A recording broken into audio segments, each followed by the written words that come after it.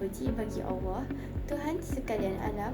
Selawat dan salam ke atas junjungan besar Nabi Muhammad SAW, keluarga baginda, para sahabat dan seluruh umat Islam yang dikasihi sekalian. Saya, Wan Nur Najah binti Wan Muhammad Azli dari kelas PPI 112 ingin berkongsi dalam siri Satu Hari Satu Saranan berkaitan peranan Al-Quran dan As-Sunnah dalam aspek ekonomi.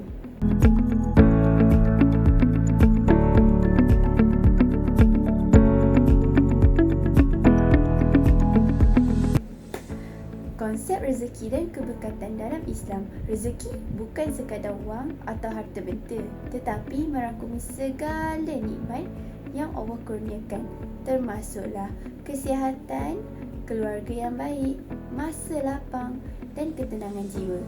Rezeki telah ditetapkan oleh Allah untuk setiap hamba-Nya. Namun, Islam tetap menekankan kepentingan berusaha dan bekerja keras untuk mendapatkannya. Dalam Al-Quran, Surah Al-Jumu'ah ayat 10 menyebut, apabila telah selesai solat, maka bertebaranlah kamu di muka bumi dan carilah kurnia Allah. Serta ingatlah Allah banyak-banyak agar kamu berjaya. Ayat ini menunjukkan bahawa selepas menunaikan tanggungjawab kepada Allah, kita digalakkan pula untuk keluar mencari rezeki dengan cara yang halal dan berkat. Kita juga mestilah sentiasa bersyukur atas nikmat yang kita terima. Apabila rezeki diperoleh dengan cara yang halal dan disertai keberkatan, ia bukan sahaja mencukupi untuk diri sendiri, tetapi juga membawa manfaat kepada masyarakat dan negara secara keseluruhan. Oleh itu, kita sebagai umat Islam mestilah bekerja bersungguh-sungguh untuk mencari rezeki yang halal. Seterusnya, amalan jujur dan amanah dalam perniagaan. Dalam Islam, perniagaan bukan sekadar aktiviti mencari keuntungan, tetapi juga satu ibadah yang dilakukan dengan cara yang halal dan beretika. Rasulullah sendiri dikenali sebagai Al-Amin, iaitu seorang yang sangat jujur dan boleh dipercayai. Sifat ini membuatkan masyarakat Mekah yakin untuk berurus niaga dan mempercayakan urusan mereka kepada baginda. Allah berfirman dalam surah Al-Mutaffifin ayat 1 hingga 3. Kecelakaan besar bagi orang-orang yang curang, iaitu mereka yang apabila menerima sukatan dari orang lain, mereka mengambil dengan cukup, dan apabila mereka menyukat atau menimbang untuk orang lain, mereka mengurangkan. Ayat ini jelas melarang segala bentuk penipuan dalam urus niaga, termasuk menipu timbangan, harga, kuantiti barang atau maklumat produk. Rasulullah juga bersabda, peniaga yang jujur dan amanah akan bersama para nabi, siddiqin dan syuhada. Ini menunjukkan kedudukan yang sangat tinggi diberikan kepada para peniaga yang jujur dan amanah, bukan hanya di dunia tetapi juga di akhirat. Apa yang kita perlu amalkan? Kita mestilah sentiasa berlaku jujur dalam jual beli. Apabila kita melakukan aktiviti jual beli, kita mestilah jujur, tidak kira dari segi harga atau timbang. Selain itu, tidak menyorokkan kecacatan barang atau menipu harga. Seterusnya, tidak memanipulasi maklumat untuk mengaut keuntungan berlebihan. Juga, menjaga amanah pelanggan dengan memberi layanan yang adil dan telus. Apabila nilai jujur dan amanah diamalkan, perniagaan bukan sahaja mendapat keberkatan Allah, malah menimbulkan kepercayaan masyarakat. Seterusnya, dapat melahirkan ekonomi yang stabil dan adil. Seterusnya, larangan riba. Satu lagi prinsip penting dalam ekonomi Islam ialah pengharaman riba. Riba bermaksud sebarang bentuk pertambahan atau faedah dalam urusan hutang dan pinjaman yang membawa kepada penindasan. Islam memandang riba sebagai amalan zalim kerana ia membebankan peminjam dan mengayakan pihak tertentu tanpa usaha yang sah. Allah berfirman dalam surah Al-Baqarah ayat 275. Allah menghalalkan jual beli dan mengharamkan riba. Ayat ini menunjukkan bahawa aktiviti jual beli yang jujur dibenarkan, tetapi riba ditegah keras kerana merosakkan sistem ekonomi dan hubungan masyarakat. Apa itu kesan buruk riba? Riba membebankan peminjam dengan bayaran lebihan. Hal ini menyebabkan berlakunya jurang kaya miskin semakin melebar. Selain itu, ia menindas golongan lemah dan boleh membawa kepada ketidakstabilan sosial. Alternatif dalam sistem Islam, peminjaman tanpa faedah. Qard Hasan, memberi pinjaman atas dasar tolong-menolong, bukan keuntungan. Selain itu, zakat dan sedekah membantu golongan susah secara sistematik. Kita beri sumbangan secara ikhlas. Selain itu, sistem kewangan Islam, ia menggunakan konsep seperti untung rugi, bukan faedah tetap seperti dalam sistem konvensional.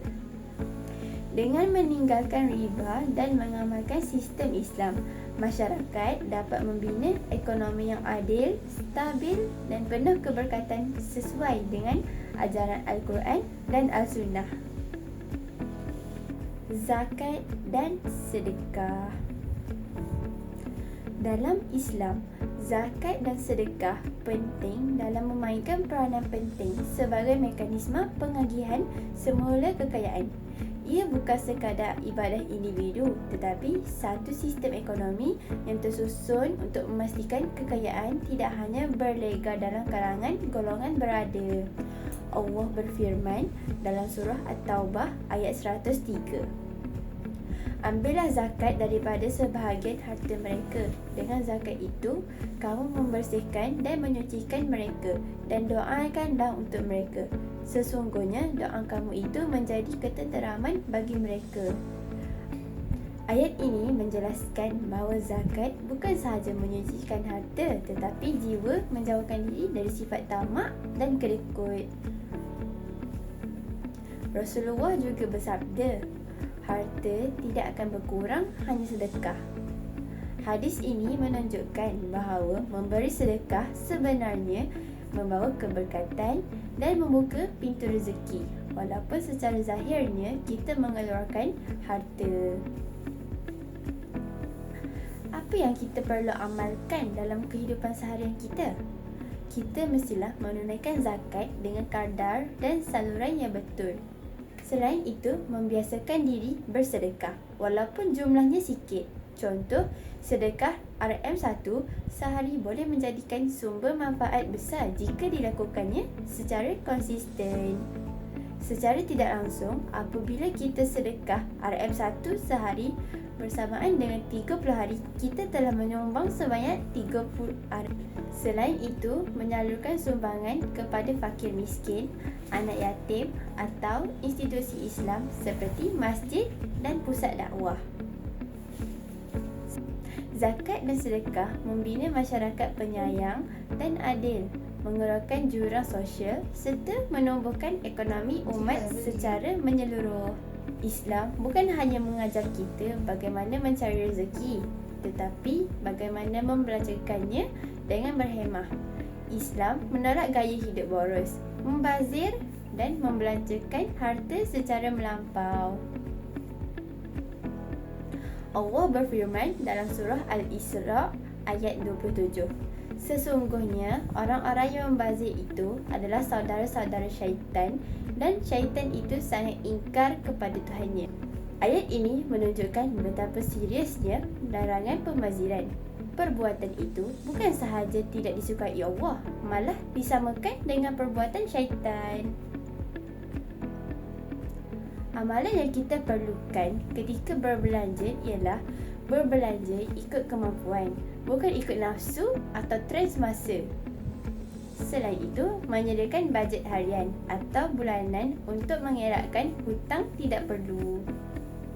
Kemudian, mengutamakan keperluan asas sebelum kehendak mewah, seperti membeli beras daripada air Zeus. Selain itu, menilai keperluan sebenar sebelum membuat pembelian, terutama ketika promosi atau diskaun. Rasulullah menjadi contoh terbaik dalam hal ini. Walaupun baginda seorang pemimpin agung, cara hidupnya sederhana dan penuh kesederhanaan. Tidak berlebihan dalam pakaian, makanan atau tempat tinggal.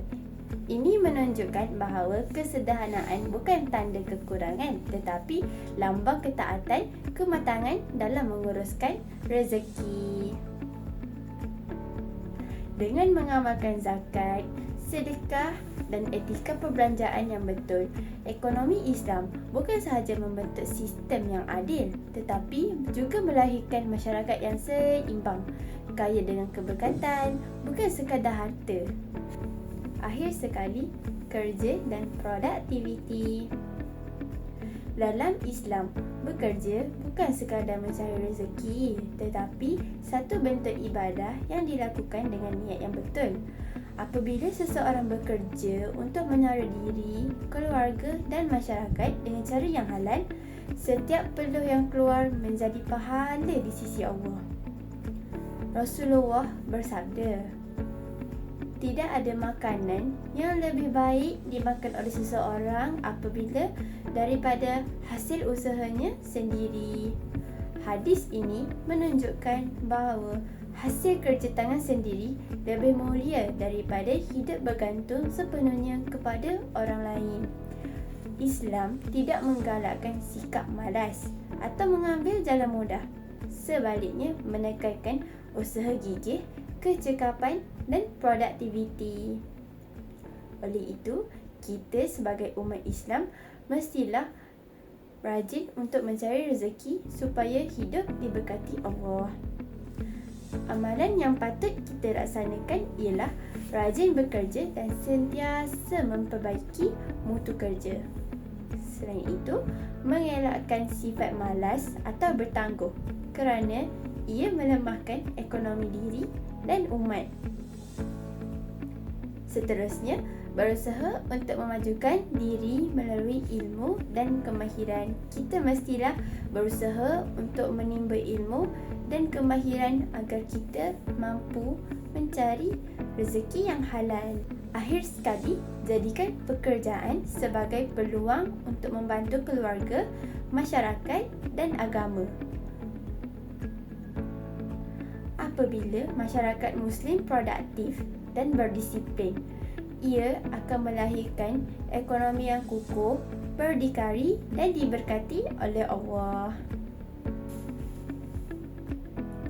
Sebagai penutup video kali ini, marilah kita ulangi kembali prinsip-prinsip utama ekonomi Islam yang telah dibincangkan, iaitu jujur dan amanah dalam urusan niaga, mencontohi Rasulullah. Jauhi riba kerana ia menindas dan merosakkan masyarakat. Menunaikan zakat dan memperbanyakkan sedekah sebagai sistem pengagihan kekayaan. Selain itu, berbelanja secara beretika, mengelakkan pembaziran dan hidup bermewah tanpa keperluan. Hidup bersederhana je tau. Selain itu, rajin bekerja dan produktif, menjadikan kerja sebagai satu ibadah. Sebagai satu saranan praktikal, marilah kita semua mengamalkan satu hari satu saranan ekonomi Islam. Contohnya, hari ini bersedekah RM1, esok elak pembaziran, lusa rajin bekerja. Sedikit demi sedikit, hidup kita akan dipenuhi keberkatan. Sebagai penutup video kita kali ini, marilah kita sama-sama menadah tangan dan mengaminkan doa yang akan saya baca. Bismillahirrahmanirrahim. Ya Allah, kurniakanlah kepada kami rezeki yang halal lagi baik. Berkatilah rezeki itu untuk kami. Jadikanlah kami hamba-Mu yang bersyukur, dan cukupkanlah kami dengan kurniaan-Mu daripada bergantung kepada selain-Mu. Amin. Semoga dengan mengamalkan prinsip ekonomi Islam dalam kehidupan seharian kita, bukan sahaja mencapai kejayaan dunia, tetapi mencapai kebahagiaan dan keberkatan di akhirat kelak. Wallahu a'lam. Assalamualaikum warahmatullahi wabarakatuh.